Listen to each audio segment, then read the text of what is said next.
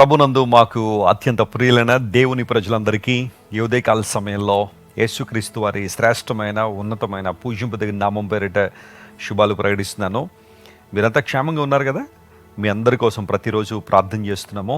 మన దేవుడు సజీవుడు, ఆయన మనలను అన్ని విషయాల్లో బలపరిచే దేవుడు. పౌలు భక్తుడు అన్నట్టుగా నన్ను బలపరుచువానేందు నేను సమస్తము చేయగలను. ఆ మాట మనం అనుదినము కూడా చెప్పుకోవాలి. దేవుడు మనల్ని బలపరుస్తున్నాడు కనుక మనం ఏదైనా చేయడానికి సామర్థ్యం కలిగిన వారు. మన సామర్థ్యం కేవలం దేవుని దగ్గర నుండే కలిగి ఉన్నామని నమ్మి ఆయన మనం స్తుతించాలి. ప్రతి ఉదయాన్నే లేచిన తర్వాత ఆ రోజంతట్లో దేవుణ్ణి మహింపరచినట్లుగా, ఆయన గణపరిచినట్లుగా ఆయన వాగ్దానాలను మనం జ్ఞాపకం చేసుకోగలిగితే, మన హృదయాల్లో మన తలంపుల్లో దేవుని వాగ్దానాలు ఉంచుకోగలిగితే గొప్ప దీవెన మనం చూస్తాం. ప్రతిరోజు ఒక వాగ్దానం ద్వారా దేవుడు మనల్ని దర్శిస్తున్నారు, మిమ్మల్ని బలపరుస్తున్నారు. అందును బట్టి నేను ప్రభువును స్తుతిస్తున్నాను. ఈరోజు వాగ్దానం కోసం కనిపెడుతున్నారు కదా, పరిశుద్ధ గ్రంథం తెరిచి 73వ కీర్తన 24వ వచనం చదువుకుందాం. Psalm 73 and verse 24.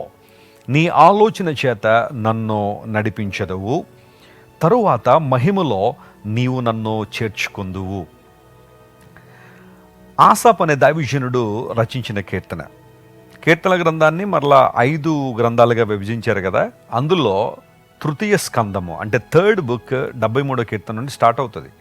ఆసాప్ అనే దైవజనుడు ఈ కీర్తన రాశారు. దావీదు మహారాజు అద్భుతమైన కీర్తనలు రాశాడు. ఆ తర్వాత ఆసాప్ అనే దైవజనుడిని దేవుడు చాలా బలంగా వాడుకుని తన ప్రేరేపణ ద్వారా అద్భుతమైన విషయాలు కీర్తన గ్రంథంలో ఆయన రాయించారు.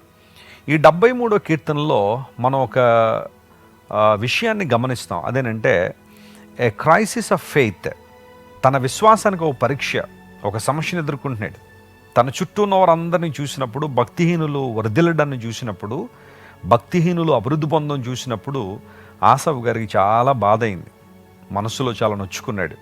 దేవుని సందికి వచ్చి ఆయన సల మొరపెట్టాడు.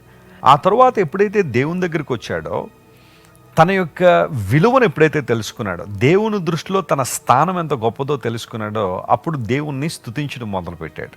చాలాసార్లు మనం కూడా అలాగే మనకి ఇవ్వబడిన రక్షణ యొక్క గొప్పతనాన్ని గుర్తించక, ప్రభు ఇంతవరకు మనల్ని నడిపించిన విధానం అంతా కూడా గుర్తించక, చుట్టుపక్కల వారిని, ఇరుగు వారిని లేదా ఎవరెవరినో చూసి నొచ్చుకుంటూ ఉంటాం, కొన్నిసార్లు బాధపడుతూ ఉంటాం.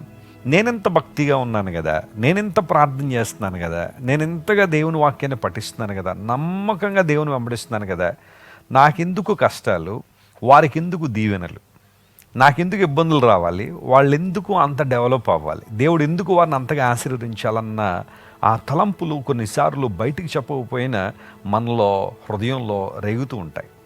ఎగ్జాక్ట్గా ఆసాపు అదే సిచ్యువేషన్ గుండా వెళ్ళినప్పుడు దేవుడు తన భవిష్యత్తును, తనకి ఇవ్వబడిన శ్రేష్టమైన సంగతులను బయలుపరిచినప్పుడు ఆసాపు దేవుని స్తుతించడం మొదలుపెట్టాడు. అందులో ఒక అద్భుతమైన విషయం ఏంటంటే, నీ ఆలోచన చేత నీవు నన్ను నడిపిస్తావు ప్రభువా. You will guide me with your council. Council అనే మాట హిబ్రూ భాషలో ఎత్సా అనే పదం ఉపయోగించబడింది. ఎత్సా అనే మాటకు అర్థం ఏంటంటే నోయింగ్ గాడ్స్ పర్పస్. ఆయన ఆలోచన ద్వారా మనల్ని నడిపిస్తున్నాడు అంటే అర్థం ఏంటంటే ఆయన ఉద్దేశాలు నెరవేర్చడానికి. నీకు విషయం తెలుసా దేవుని బిడ్డ, ఈ లోకంలో నువ్వు నేను ఎందుకున్నావు తెలుసా? దేవుడు మనల్ని ఎందుకు రక్షించుకున్నాడో తెలుసా? ఈ లోకంలో ఆయన మనల్ని ఎందుకు ఉంచారో తెలుసా? ఆయన ఉద్దేశాలు ఏవో మన ద్వారా నెరవేర్చుకోవాలని దేవుని యొక్క ఆలోచన. ఒక క్రైస్తవుని యొక్క తపన, ఒక క్రైస్తవుని యొక్క ఆలోచన, ఒక క్రైస్తవుని యొక్క గమ్యం ఏంటంటే, ప్రభువా నా చిత్తం కాదు, నా ఉద్దేశాలు కాదు, నా జీవితం ద్వారా నీ చిత్తము, నీ ఉద్దేశము నెరవేర్చబడాలి. కంప్లీట్ సబ్మిషన్ అనేది ఎప్పుడైతే నీ జీవితంలో ఉంటుందో, దేవుడు తన ప్రణాళికలు నీ ద్వారా నెరవేర్చుకుంటూ ఉంటాడు. నేను చెబుతున్న దేవుని బిడ్డలారా, అది చాలా ఆశీర్వాదకరమైన జీవితం, చాలా ఉన్నతమైన జీవితం. నీ ఆలోచన చేత నన్ను నడిపించు. ఈ రోజున నీవు ఆలోచన కోసం కనిపెడుతున్నావా? ఏదో ఒక పని చేయబోతున్నావు, ఏదో ఒక పని స్టార్ట్ చేయాలని నీ జీవితంలో ఉంది, లేదా ఏదో రకమైన పరిస్థితి గుండా నువ్వు వెళ్తున్నావు, నీకు ఆలోచన చెప్పేవాళ్ళు ఎవ్వరు లేరు, ఏ ఒక్కరూ కానరావడం లేదు. ఏం చేయాలి ఈ సమయంలో? ఏం చేస్తే బాగుంటుందంటే దేవుని దగ్గరికి రా, ఆయన పాదాల దగ్గరికి రా. ఆయన నీకు ఆలోచన చెప్పువాడు. లేఖనాల్లో చాలా మాటలు ఉన్నాయి, దేవుని ఆలోచన సదాకాలము నిలుస్తుంది అన్నాడు. 16వ కీర్తనలో మనం చదివితే నాకు ఆలోచనకర్త అయిన దేవుణ్ణి నేను స్తుతిస్తానన్నాడు కీర్తనకారుడు. ఆయన ఏ కర్తట?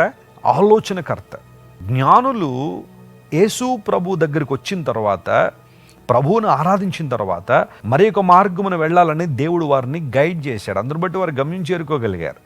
వాళ్ళ ఆలోచన ప్రకారం మరలా హేరోదు దగ్గరికి వెళ్ళుంటే జ్ఞానులు ఎన్ని ఇబ్బందులు ఎదుర్కొనేవారు, ఎన్ని ప్రతికూల పరిస్థితుల్లో ఉండిపోయేవారు.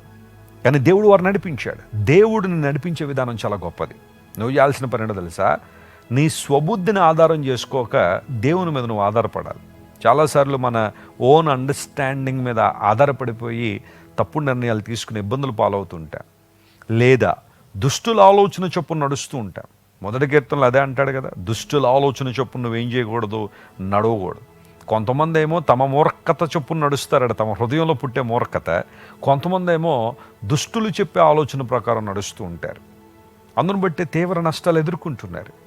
నిన్ను గైడ్ చేస్తుంది ఎవరు? నిన్ను నడిపిస్తుంది ఎవరు? దేవుడే అయితే ఆయన ఆలోచన కనుక నువ్వు స్వీకరించగలిగితే, పరిశుద్ధాత్మ దేవుని ద్వారా నువ్వు గైడ్ చేయబడగలిగితే అంతకన్నా సంతోషం మరొకటి లేదు.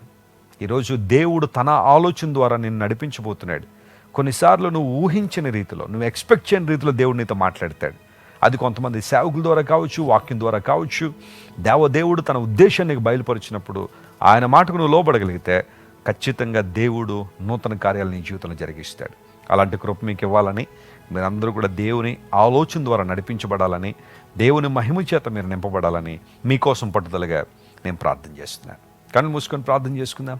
ప్రేమగల తండ్రి, ఇంతవరకు మీరు మాకు ఇచ్చిన ప్రతి మాటను బట్టి నీకు వందనాలు. నీ వాగ్దాన సందేశం ద్వారా మమ్మల్ని బలపరిచి, స్థిరపరిచి, నూతన పరుస్తున్న విధానాన్ని బట్టి నీకు వందన స్తోత్రాలు చెల్లిస్తున్నాం. నువ్వు స్తుతి పాత్రుడు, స్తోత్రార్హుడు నాయన.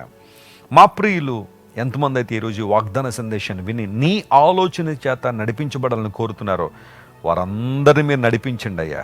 నీ మహిమతో వారిని నింపండి, అద్భుతాలు చేయండి. ఘనత మహిమ నీకే చెల్లిస్తూ, అనారోగ్యంతో ఉన్న వారిని స్వస్థపరచండి, ఇబ్బందులు ఉన్న వారు లేవనెత్తండి, మహిమ గల కార్యాలు వారి జీవితంలో జరిగించమని యేసు నామం పేరిట అడిగి వేడుకొనిచున్నాం తండ్రి. Amen. God bless you dear friends. Have a wonderful day. Christ worship centre ఓ బలమైన సంఘ ఉద్యమం. కొన్ని సంవత్సరాల క్రితం కేవలం 2తో ప్రారంభించబడిన పరిచర్య నేడు ప్రపంచవ్యాప్తంగా లక్షలాది మందిని ప్రభావితం చేయుచున్నది. రాజమండ్రి, సికింద్రాబాద్, బెంగళూరు, చెన్నై, నెల్లూరు, దుబాయ్, బెహ్రైన్, కరీంనగర్, విశాఖపట్నం, గద్వాల్, కొవ్వూరు, మలకపల్లి, శ్రీలంక, భూటాన్, అడ్డతీగల, పాలమూరు, ఒంగోలు, బళ్ళారి, కోరుకొండ, పోతవరం, నల్లజర్ల, వెంకటరామయ్యగూడెం, మచిలీపట్నం, ఇందిరానగర్లతో పాటు అనేక గ్రామాల్లో క్రైస్ట్ వర్షిప్ సెంటర్ ఆరాధనలు జరుగుచున్నవి. వాక్య సంబంధమైన ఉద్యమంలో, పరిశుద్ధాత్మ సంరక్షణలో కొనసాగాలనుకునే ప్రతి ఒక్కరికి మా ప్రేమపూర్వక ఆహ్వానాన్ని అందిస్తున్నాము. రండి, ఆత్మతో సత్యముతో ప్రభువైన యేసు క్రీస్తును ఆరాధిద్దాం. మీరు ఇంతవరకు విన్న దైవ సందేశం మరియు దేవుని సేవకులు చేసిన ప్రార్థన మీకు ఆశీర్వాదకరముగా ఉన్నదని విశ్వసించుచున్నాము. ఈ సందేశాన్ని మీ స్నేహితులకు, బంధువులకు షేర్ చేయండి. మీకు ఏదైనా ప్రార్థన అవసరత ఉన్నచో మా ఫోన్ నంబర్లకు కాల్ చేయండి. దేవుడు మిమ్మల్ని ప్రేరేపిస్తే విశ్వాసంతో సాగుచున్న ఈ పరిచర్యను ప్రోత్సహించండి. మరిన్ని వర్తమానాలు, పాటలు వినుటకు జాన్ వెస్లీ మినిస్ట్రీస్ అను మా యూట్యూబ్ ఛానల్ను సబ్స్క్రైబ్ చేసుకొనండి. ప్రభువైన యేసుక్రీస్తు కృప మీకు తోడైండును గాక.